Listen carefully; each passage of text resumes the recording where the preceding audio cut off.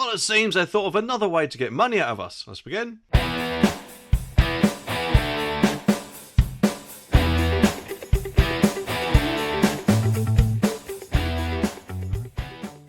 obviously, being scammed is not a very nice experience, and in fact, it can actually be quite stressful, especially if you've been ripped off by quite a lot. So it's a good thing nowadays, isn't it, that there's often, if you're lucky, measures where you can get your money back from the banks, or credit cards, for example, if you can prove you've been scammed. Although, unfortunately, with this new thing they're rolling out, you being scammed not only could be profitable for the scammers, but also the banks.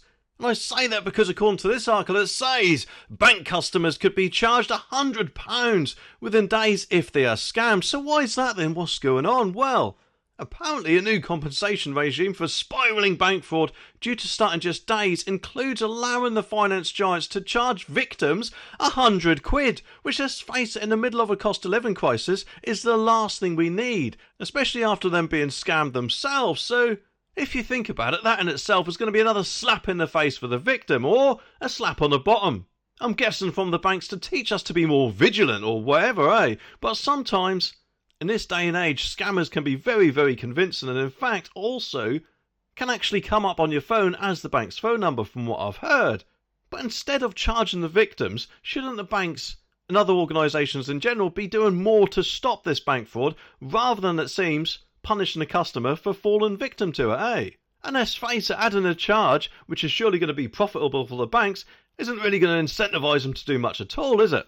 But it says the right to levy this so-called excess charge is included under the rules, yet the banks are divided on whether they will add to the misery of customers by imposing the charge. Well, hopefully, not many will. To be honest, I got a feeling the longer it goes on, if they see other companies are starting to get away with this charge, then I'm guessing it won't exactly be too long before they add it themselves.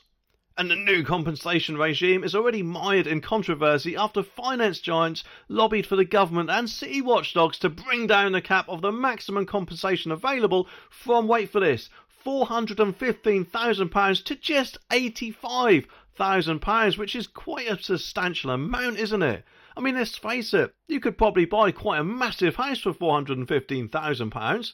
compared to probably just a one-bedroom flat for 85. So losing that amount of money entirely could be a massive kick in the gonads. And yes, I know there'll be people out there saying it's not the bank's fault that the customer got scammed, and I get that. However, I'm sure there's more that banks could do to stop people being scammed in the first place. Like for example, if they ever call or text you, they could say a word of your choosing so they can prove it's them, and of course confirming their identity that they expect us to do. And perhaps intercept card transactions that have gone to a particular scammer's bank account before, and saying something like this website or account or whatever has been associated with a scam, are you sure you want to go ahead, or something like that. I mean, hopefully there are some banks out there that do these things. However, if all of them done it quite a lot of the time, then that surely can only be a good thing, eh?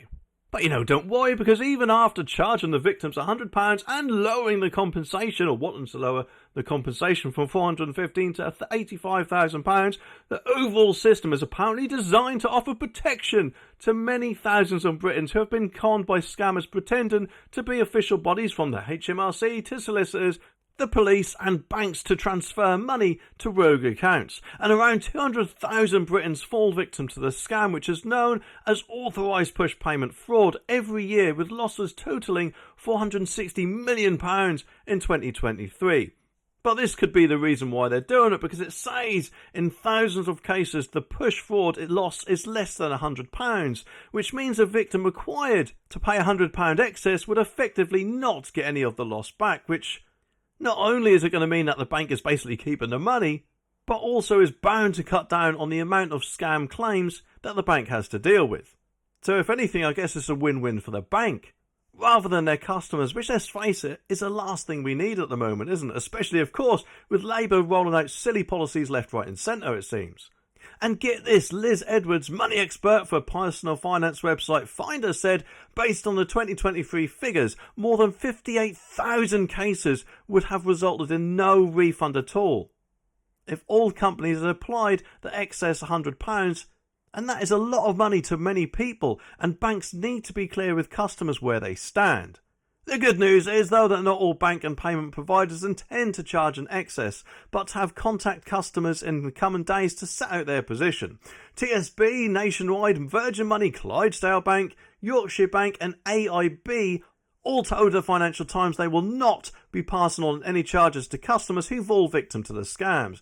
But of course, what I'm guessing might be Nigel Farage's favourite bank, NatWest, said it may apply a fixed excess of £100 to the total amount reimbursed to customers, and the bank said this will be assessed on a case-by-case basis and with regard to the specific circumstances of each customer, which kind of means, I'm guessing anyway, if it's a large amount, you're going to be charged, no doubt, eh?